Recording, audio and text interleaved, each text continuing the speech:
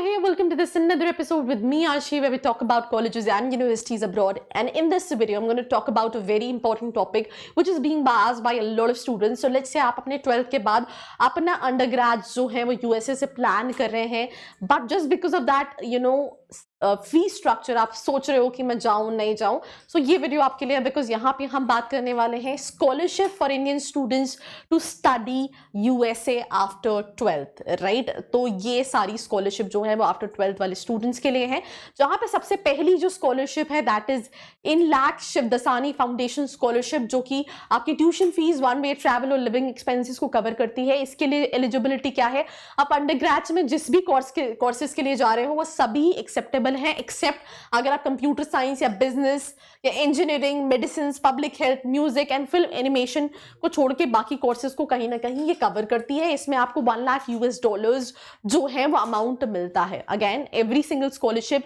Is basically awarded to a student with good academics and everything, तो आपको उसके लिए कहीं ना कहीं अप्लाई करना पड़ता है।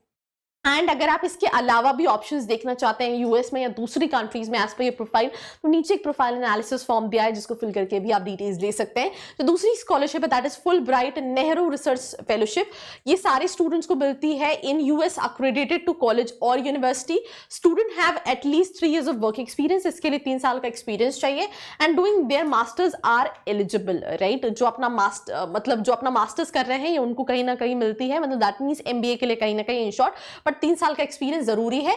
इसमें जो अमाउंट है वो कहीं ना कहीं वेरिएबल होता है, डिपेंड करता है। जो तीसरी स्कॉलरशिप है that is the Hubert H Humphrey fellowship programme, right. Pronunciation में थोड़ा इधर उधर हो सकता है। Students pursuing non graduate degree in a few disciplines जो है वो एलिजिबल है।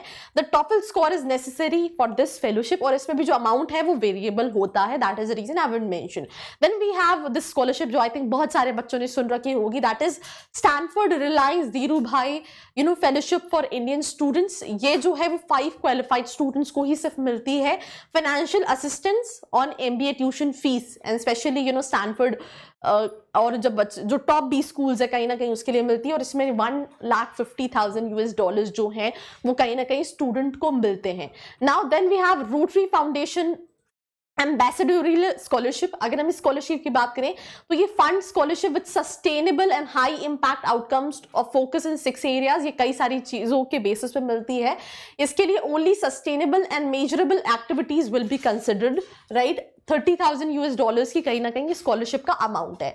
Then we have Akhtar Ali tobacco वाला fellowship which is awarded to 2 students. इसमें आपकी ट्यूशन फीस, और ये बेसिकली एमबीए की प्रोग्राम के लिए होती है, जिसमें आपको $25 जो है वो कहीं $25,000 जो मिलती है।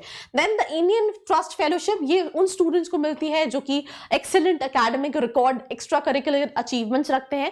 मैं एक और चीज बता दूं कि कई सारी स्कॉलरशिप और भी होती हैं जो कहीं ना कहीं नीड बेस्ड स्कॉलरशिप होती है, बट उन नीड बेस्ड स्कॉलरशिप के लिए भी अगेन बहुत सारे डॉक्यूमेंटेशन और आपका अकेडमिक्स इन शॉर्ट देखा ही जाता है।